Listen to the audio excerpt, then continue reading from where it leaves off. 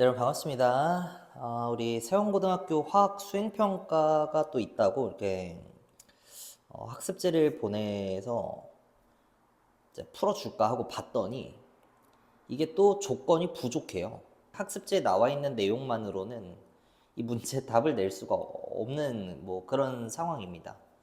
어쨌든 제가 이렇게 설명을 하려고 지금 영상을 켰는데 여러분들이 좀 받아들여야 되는 건 결국 이 문제를 풀기 위해선 어떤 추가적인 조건이나 자료가 주어질 거고 그러한 자료를 통해서 여러분들이 답을 직접 내야 되기 때문에 어떤 한 가지의 방식만으로 답을 내는 그런 걸 외워간다는 생각보다 어떤 자료가 주어지더라도 그거에 맞게끔 답을 작성할 수 있는 어떤 그런 방식 자체를 능력 자체를 키운다 이렇게 생각을 하시면 좋겠습니다. 한번 볼게요. 첫 번째, 탄산칼슘과 묽은 염산에 반응해서 전자저울에 약포지를 올려놓고 0점을 맞춘 후 탄산칼슘 Xg을 측정한다. 좋습니다. 전자저울에 0점을 다시 맞춘 다음 묽은 염산 Yml가 담긴 삼각 플라스크를 저울 위에 올려놓고 질량을 또 측정한대요. 그게 이제 몇 g인지 안 나와 있죠. 뭐 그걸 뭐 W1g 이렇게 세워보겠습니다. 그러니까 이 숫자 자체는 학교 선생님이 수행평가를 볼 때 주신다는 뜻입니다. W1g이라고 할 수도 있고 뭐 Wg이라고 할 수도 있고 100g이 될 수도 있고 그건 모르겠죠. 1회 탄산칼슘을 삼각 플라스크에 조금씩 넣으면서 반응을 완결시킨다. 그랬을 때 마지막 탄산칼슘과 묽은 염산의 반응이 완전히 끝나면 뭐 사실 이 안에서 출제자의 의도, 어떤 학교 선생님의 의도는 충분한 양의 염산이 들어있고 내가 넣어준 탄산칼슘 Xg이 모두 사라졌다를 이제 상정해서 쓰신 것 같지만 실제로는 표현을 이렇게만 하면 한계 반응물이 누군지 모르기 때문에 이 밑에 문제를 풀 수가 없습니다. 뭐 그런 상황이에요. 그리고 삼각 플라스크의 질량을 다시 한번 측정했다. 그러니까 여기서의 질량과 뭔가 좀 달라질 거고요. 그걸 W2g 이렇게 제가 세워보겠습니다. 이 실제 값은 학교 선생님이 알려주신다. 뭐 이렇게 얘기를 한 겁니다. 첫 번째, 반응식을 완성하시오. 뭐 이것마저도 여러분들이 하기 좀 어려울 건데 반응식은 외워두시면 됩니다. 탄산칼슘 고체와 CaCO3 고체랑 염산이 반응을 하는데 염화수소 수용액이 염산이고요. 반응을 하고 나면 CaCl2 수용액이 되면서 이게 실제로는 이 수용액 안에 칼슘 2가 양이온과 Cl 1가 음이온이 존재한다. 뭐 그런 뜻입니다. 그 다음 용매인 물이 만들어지고 용매니까 액체 상태로 표현을 해줘야 되고 이산화탄소 기체가 발생해요. 반응식 이렇게 직접 써줄 수 있어야 되고 이 정도는 외워두시면 됩니다. 미정계수법 활용해서 계수까지 맞춰보면 1대 2대 1대 1대 1인데 뭐 실제로 답을 쓸 때 계수 1은 생략이니까 안 쓰셔도 됩니다. 그러니까 2만 써주면 되는 거죠. 오케이. 반응식 이렇게 완결 지으면 되고요. 그 다음 첫 번째, 반응에 참여한 탄산칼슘의 몰수를 계산하시오인데 일단 물질 양파트 1번 공식 몰수는 화학식량분의 질량이죠. 근데 그 과정에서 탄산칼슘의 화학식량을 안 알려줬다는 게 지금 문제가 되는 거예요. 그래서 답을 낼 때는 탄산칼슘의 화학식량으로 나눠주면 된다. 현재 질량을. 이렇게 한국말로 문장으로 표현하게끔 할 수도 있습니다. 몰수는 화학식량분의 질량이니까. 근데 이제 또 조심해야 되는 포인트는 아까 얘기한 대로 Xg을 넣었지만 이게 염산이 한계 반응물이 되면서 탄산칼슘이 이렇게 남아 있을 수가 있어요. 뭐 예를 들어 1g이 남았다. 그럼 실제로 반응한 탄산칼슘은 X-1g이니까 이걸 여기다가 대입해야 돼요. 오케이? 그래서 이런 조건이 좀 부족한 거고. 근데 매우 높은 확률로, 그러니까 거의 100%로 생각하시면 됩니다. 학교 선생님이 충분한 양의 묽은 염산이다 이렇게 주실 거예요. 혹은 뭐 탄산칼슘이 한계 반응물이다 이렇게 줄 겁니다. 만약 그렇지 않으면 한계 반응물을 결정하기 위해서 묽은 염산의 몰농도 정보를 줘야 돼요. 그럼 농도와 부피로부터 이 안에 존재하는 HCl의 몰수를 구할 수 있겠죠. 그러한 몰수와 탄산칼슘의 질량을 화학식량으로 나눈 100이거든요. 이 몰수의 양적 관계를 이제 개수비를 이용해서 비교해 주는 거죠. 예를 들어 탄산칼슘의 몰수보다 염산의 몰수가 2배 이상 많다면 얘가 한계 반응물이 되는 거고, 혹은 몰수를 비교했더니 염산이 2배가 안 돼. 그럼 염산이 한계 반응물이 되는 거고, 뭐 그런 상황입니다. 근데 이걸 비교하는 과정에서는 분명히 숫자 관계가 명확해야 되기 때문에 X가 됐건 Y가 됐건 이게 다 숫자로 출제를 할 수밖에 없거든요. 근데 지금 학교 선생님이 이렇게 학습지를 만든 이유 자체가 어떤 미지수가 나와 있을 때도 풀어나갈 수 있는 능력이 있는지를 점검하는 어떤 그런 수준인 것 같아서, 그러기 위해서는 양적 관계를 비교하지 않고도 한계 반응물이 누군지 특정할 수 있게 묽은 염산이 충분하다. 그리고 실제 화학 실험에서도 이런 방식으로 실험을 진행하기 때문에 이거는 상정을 하겠습니다. 오케이? 충분한 양의 지금 염산이 존재한다. 이거는 제가 깔고 가겠다는 거예요. 그럼 실제로 반응한 탄산칼슘이 Xg일 거니까 이렇게 나눠주면 되는 거죠. 근데 탄산칼슘의 화학식량을 선생님이 찐값이 100이니까 100으로 이렇게 주면 100분의 X몰 이렇게 계산할 수도 있고요. 혹은 뭐 분자량 화학식량을 라지 M이다 이런 식으로 미지수를 쓰면 M분의 X몰 이런 식으로 여러분이 조건에 맞춰서 답을 직접 세워줄 수 있어야 된다. 어떻게 나올지 모르니까. 그죠? 그래서 1번은 이렇게 설명하고, 그 다음 두 번째 넘어가겠습니다. 발생한 CO2의 몰수를 구하자. 그럼 1번 과정에서 요거를 써볼게요. 반응한 탄산칼슘이 100분의 X몰이다. CaCO3가. 근데 그때 생성되는 이산화탄소는 개수비가 1대1이니까 얘가 하나 사라지면 얘도 하나 생성되면서 똑같이 나오는 거죠.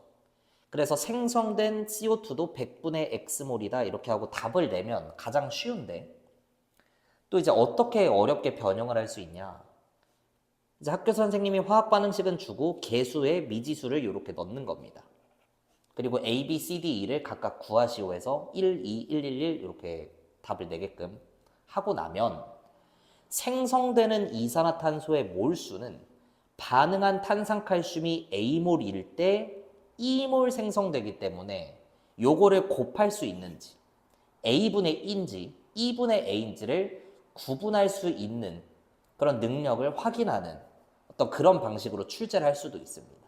그래서 개수비가 지금은 너무 명확하니까 똑같다라고 단순히 생각하지 마시고, 반응한 탄산칼슘보다 염산은 2배 더 반응할 거 아니야?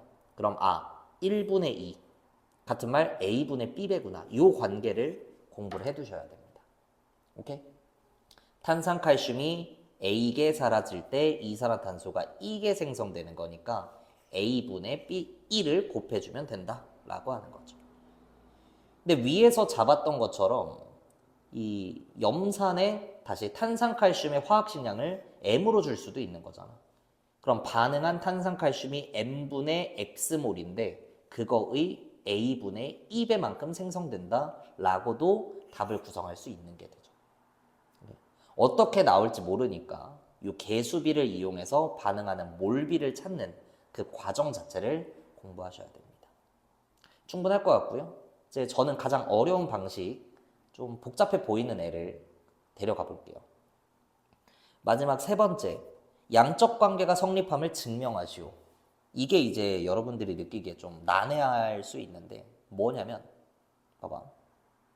화학 반응 과정에서 반응 전후에 존재하는 원소의 종류와 원자의 개수는 같습니다. 무슨 법칙이죠? 이 질량 보존 법칙이죠. 질량 보존 법칙이 성립하는지를 확인해 주면 돼요. 근데 어떻게 되냐? 자, 처음에는 Xg이 있어서 탄산칼슘이, 그리고 염산이 W1g이 있었으면 이 둘을 혼합했을 때 염산의 탄산칼슘을 딱 떨어뜨리면 전체 질량이 X 플러스 W1이 되겠죠. 근데 반응하는 과정에서 이산화탄소가 빠져나갈 거고요. 열린 용기에서 기체의 질량은 측정이 안 되니까 기체가 빠져나가고 난 나머지의 질량을 측정한 게 4번 실험 과정이고 그걸 W2g이다 이렇게 얘기한 거죠. 질량이 감소해서 W2가 되는 겁니다. 그럼 발생한 CO2의 질량은 X 플러스 W1에서 W2의 차이만큼이 되는 거죠. 오케이? 이만큼 생성됐구나. 근데 내가 이제 2번 문제에서 구했던 게 발생한 이산화탄소의 몰수가 m분의 x 곱하기 a분의 2라고 써놨죠. 그럼 요 질량에 해당하는 몰수가 이거다. 이 둘이 같다. 이렇게 식을 세워주면 돼요. 근데 왼쪽은 질량이고 오른쪽은 몰수니까 환산을 한번 해주면 될 거고 위에 얘기했던 대로 몰수는 분자량분의 질량이죠. 그러니까 이산화탄소의 질량을 이산화탄소의 분자량으로 나눠주면 그 질량에 해당하는 몰수를 구할 수가 있다는 겁니다. 이렇게 한국말로 쓰게끔 할 수도 있고 이산화탄소의 분자량 찐값이 44니까 이 자리에 44를 대입해서 답을 내게끔 할 수도 있고 혹은 탄산칼슘의 화학식량을 M1이라고 잡고 이산화탄소는 M2라고 알려주면 결국 최종적인 식이 M2분의 X 플러스 W1 마이너스 W2 이꼬르 M1분의 X 곱하기 A분의 2라고 하는 이 되게 복잡해 보이는 답을 구성하게끔 할 수 있어서 잘 모르겠습니다. 학교 선생님이 어느 포인트에 이제 핀트를 잡고 출제를 하실지. 요 정도 내용이고요. 오케이, 첫 번째 문제 요 정도 하고 두 번째 문제로 갈게요. 이어서 두 번째, 개인별 자료 해석도 뉘앙스는 같습니다. 조건이 부족하기 때문에 조건에 맞춰서 여러분들이 직접 답을 낼 수 있어야 될 거고요. 전자저울에 약포지를 올려놓고 0점을 맞추는 금속 M, Xg을 측정한다. 금속 M의 종류는 학생마다 다르게 주실 것 같고 전자저울에 0점을 맞춘 뒤 묽은 염산 Y미리가 담긴 삼각 플라스크를 저울 위에 올려놓고 질량을 측정한다. 좋습니다. 근데 그 질량을 몇으로 할지 안 줬으니까 W1g 앞에서처럼 세워볼게요. 얘를 조금씩 넣으면서 반응을 완결시킨다. 여기서도 충분한 양의 염산, 따라서 한계 반응물은 금속 M이다 라는 걸 깔고 가겠습니다. 근데 여긴 또 철이라고 나와 있네요. 금속 M과 묽은 염산의 반응이 완전히 끝나면 용액이 들어있는 삼각 플라스크의 질량을 측정했고 그걸 W2 이런 식으로 조건을 준다는 거죠. 금속과 염산이 반응해서 점마들이 생성될 때 반응식을 써라. 금속 M은 고체 상태로 들어갈 거고요. 염산과 반응을 하는데 MCl2라고 하는 물질이 수용액 상태로 존재하게 되고요. 이 과정에서 수소기체가 발생을 한다. 입니다. 그럼 반응 후에 수소를 2개로 맞추려고 HCl 2개 반응한다라고 하면 H가 2개니까 H2 1이 될 거고. 그죠? CL이 반응 전에 2개면 반응 후에도 2개가 되기 위해서 개수 MCl2가 1, 금속 M이 하나니까 인마도 1이 된다. 개수를 적을 때는 물론 1은 생략해서 잘 써주시면 되겠습니다. 오케이? 두 번째, 실험 결과를 이용하여 금속 M의 원자량을 구해라. 이 원자량을 구한다는 건 봐봐, 얘가 예를 들어 30g이 있었어. 근데 계산하고 보니까 이게 2몰에 해당하더래. 그럼 얘의 원자량을 몇이라고 할 수 있어? 15라고 할 수 있지. 분자량, 원자량은 몰수분의 질량이 될 거니까, 그죠? 2분의 30해서 15. 그 말은 나에게 필요한 건 현재 몇 g이 있는지, 그리고 그거에 맞는 몰수가 몇 몰인지 이 정보가 필요하다는 겁니다. 근데 우리 문제의 금속 M, Xg을 측정한다라고 했죠. 결국은 반응한 M의 질량을 Xg으로 출제자가 통제해 준 거예요. 결국 이 Xg에 해당하는 몰수가 몇 몰인지를 구하면 만약 2몰이다라고 하면 2분의 X 이런 식으로 몰수분의 질량 대입해주면 끝나는 거죠. 결국 이 Xg에 해당하는 몰수를 내가 찾아야 되는구나. 화학 반응에서의 양적 관계를 활용해서. 그럼 자, 하는 방법. 이 실험도 마찬가지. 열린 용기에서 기체의 질량이 측정이 안 되니까 기체 때문에 전체 질량이 감소할 거고 따라서 생성된 수소기체의 질량은 처음 질량 x 플러스 w1에서 나중 질량 w2를 뺀 것과 같겠죠. 이만큼 생성됐다. 이게 이제 발생한 수소기체의 질량입니다. 근데 화학반응식에서의 양적 관계는 개수비와 질량비는 무관하기 때문에 이 정도 다 아시죠? 몰수 관계식으로 바꿔줘야 되고 결국 이걸 몰수로 통일시켜줘야 된다는 겁니다.